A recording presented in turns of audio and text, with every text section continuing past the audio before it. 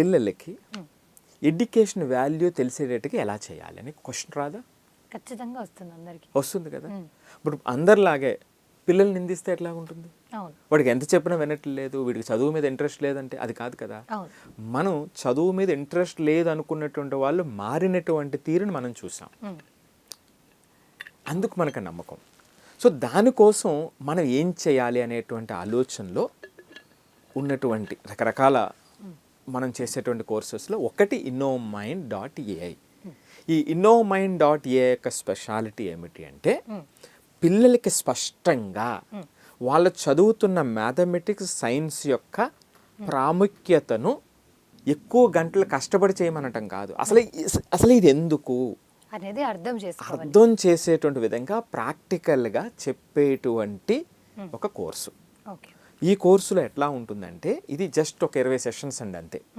ఈ 20 సెషన్లో మనం ఏం చెప్తాం, వాళ్ళకి ఏం తెలియజేస్తాం అంటే వాళ్ళ మైండ్ రెడీ చేస్తాం. దేనికి రెడీ చేస్తాం? వాడు రేపొద్దుట ఏ స్కూల్లో అయినా చదవనివ్వండి, ఏ కాలేజీలో అయినా చదవనివ్వండి, అక్కడ చదువుతున్న మ్యాథమెటిక్స్ యొక్క ఇంపార్టెన్స్ ఏమిటి, అక్కడున్న సైన్స్ యొక్క ఇంపార్టెన్స్ ఏమిటి. ఈ మ్యాథ్స్లో స్కోరింగ్ 100కి 100 వచ్చే అవకాశం ఉంది కాబట్టి చదువుతున్నామా?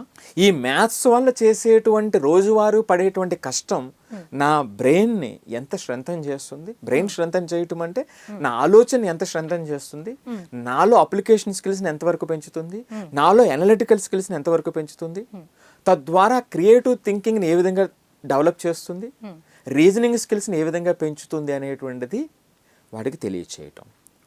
ఇది పెరిగితే ఉపయోగం ఏముంది? ఇవి పెరిగినటువంటి వాళ్ళు సృష్టించినటువంటి సామ్రాజ్యాలు ఎలా ఉన్నాయి అనేటువంటిది రెండో ఆస్పెక్ట్.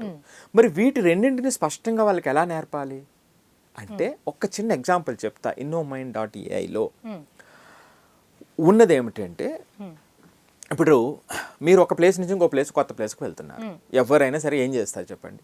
ఇది వరకు అయితే తెలుసుకుని అక్కడ వాళ్ళని అడిగి 10 మందిని అడిగి ఆ ప్లేస్కి వెళ్తారు. ఇప్పుడు ఏం చేస్తారు? మీరు గూగుల్ మ్యాప్ వేస్తారు కదా. సో గూగుల్ మ్యాప్ వేసి చక్కగా దగ్గరికి వెళ్ళిపోయి ఇంకా ఏదైనా చిన్న కన్ఫ్యూజన్ ఉంటే ఫోన్ చేస్తారు, అంతే కదా. మరి గూగుల్ మ్యాప్ ఎలా పనిచేస్తుంది?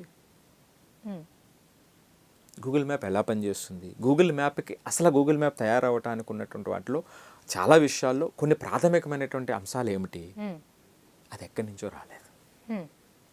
మ్యాథమెటిక్స్లో వాళ్ళు నేర్చుకునేటువంటి కోఆర్డినేట్ జామెట్రీ, వెక్టార్స్, ఈ రెండు వాటికి బేస్. వీటిని అప్లై చేసి నెక్స్ట్ లెవెల్కి తీసుకెళ్లారు.